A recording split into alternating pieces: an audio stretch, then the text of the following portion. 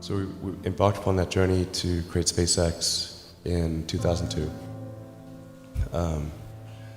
And in the beginning, I wouldn't even let my friends invest because I didn't want to lose their money. I thought it was like, I'd rather lose my own money. So, and then we almost did die at SpaceX actually. So I budgeted for 3 flights. I mean, technically, I did have a plan where I had the money from PayPal. I had like about 180 million from PayPal. And I thought, I'll allocate half of that to SpaceX and Tesla and SolarCity, and that should be fine. I'll have 90 million, like just lots, But then what happened is things cost more and took longer than I thought. So I had a choice of either put the rest of the money in or the companies are going to die. And it's like, so I ended up putting all the money in and borrowing money for rent from friends. 2008 was brutal. 2008 we had the 3rd consecutive failure of the Falcon 1 rocket for SpaceX. Tesla almost went bankrupt. We closed our financing round 6 p.m. Christmas Eve 2008. It was the last hour of the last day that it was possible. We would have gone bankrupt 2 days after Christmas otherwise. And I got divorced. That was like rough, man. Maybe you just answer the question of why is no one else doing these things?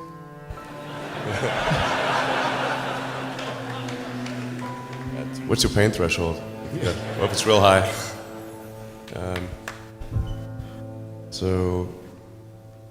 I mean, SpaceX is alive by the skin of its teeth, so is Tesla. If things had just gone a little bit the other way, both companies would be dead. And I like one of the most difficult choices I have ever faced in life was in 2008. I think I had maybe $30 million left, or $30 or $40 million left in 2008. And I had 2 choices. I could put it all into one company, and then the other company would definitely die, or split it between the 2 companies. But if I split it between the 2 companies, then both might die. When you put your blood, sweat, and tears into creating something, or building something, it's like a child. And so it's like, which one am I going to let one starve to death? I couldn't bring myself to do it, so I split the money between the 2.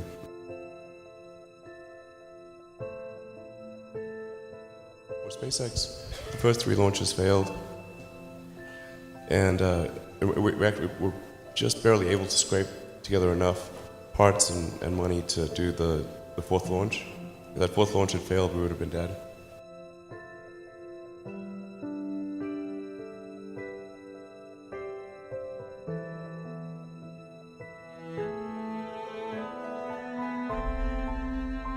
I tried very hard to get the right expertise in for SpaceX. I tried hard to find a great chief engineer for the rocket, but the good chief engineers wouldn't join, and the bad ones, well, there was no point in hiring them. So I ended up being chief engineer of the rocket.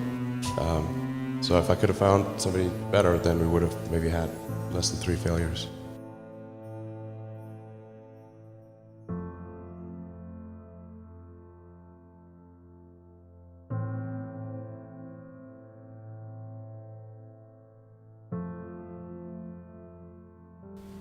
How do you plan a business where the rocket business, some of these things are going to blow up on the launch pad?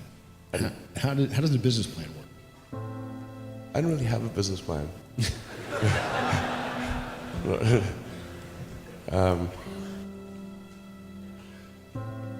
I haven't had a business. I had a business plan way back in the Zip2 days. But these things are just always wrong. So I just didn't bother with business plans after that.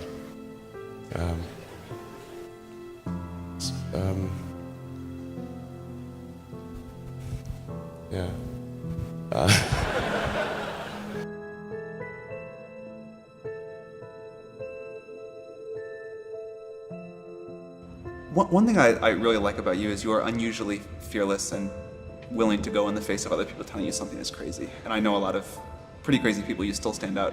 Where does that come from, or how do you think about making a decision when everyone tells you this is a crazy idea? Or where do you get the internal strength to do that? Well, first of all, I'd say I actually think I feel fear quite strongly. So it's not as though I just have the absence of fear. I feel it quite strongly. But there are just times when something is important enough, you believe in it enough, that you do it in spite of the fear.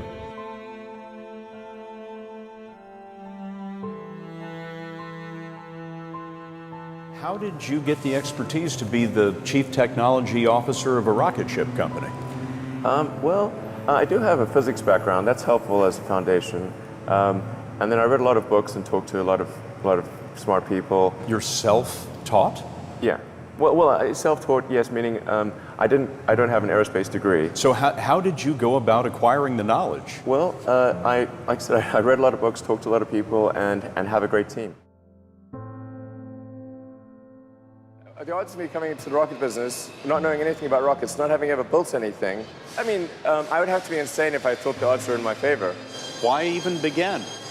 When something is important enough, you do it even though the odds are not in your favor.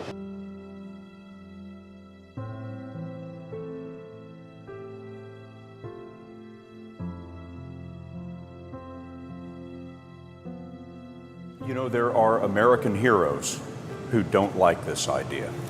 Neil Armstrong, Gene Cernan have both testified against commercial spaceflight in the way that you're developing it, and I wonder what you think of that. I was very sad to see that, because those guys are, yeah. You know, those guys are heroes of mine, so it's really tough. You know, I wish they would come and visit and see the hardware that we're doing here. And I think that would change their mind. They inspired you to do this, didn't they? Yes. And to see them casting stones in your direction. It's difficult. Did you expect them to cheer you on? So they're hoping they would. What are you trying to prove to them? What I'm trying to do is to make a significant difference in spaceflight and help make spaceflight accessible to almost anyone. And I would hope for as much support in that direction as we can receive.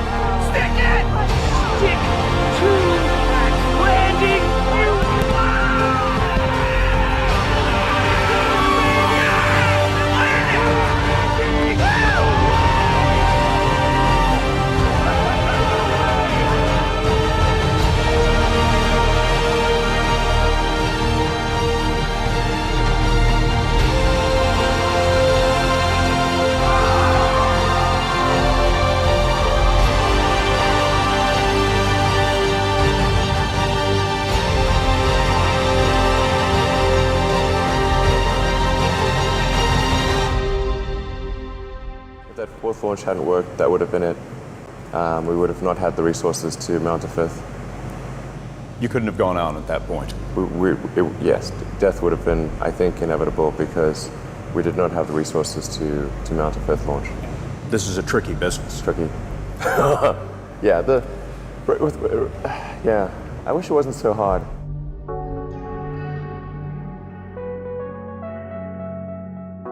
When you had that third failure in a row, did you think, I need to pack this in?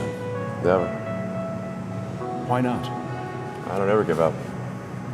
I mean, I'd have to be dead or completely incapacitated. If you just accept the probabilities, then that diminishes fear. When starting SpaceX, I thought the odds of success were less than 10%. And I just accepted that actually probably I would just lose everything. But that maybe would make some progress. If we could just move the ball forward, even if we died, maybe some other company could pick up the baton and keep moving it forward. So that would still do some good. Yeah, same with Tesla. I thought the odds of a car company succeeding were extremely low.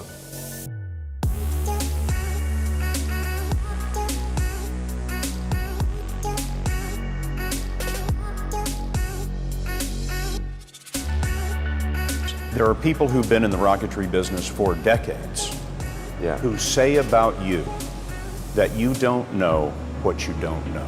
Well, I suppose that's true of anyone. How can anyone know what they don't know? But When critics say you can't do this, your answer to them is, we've done it.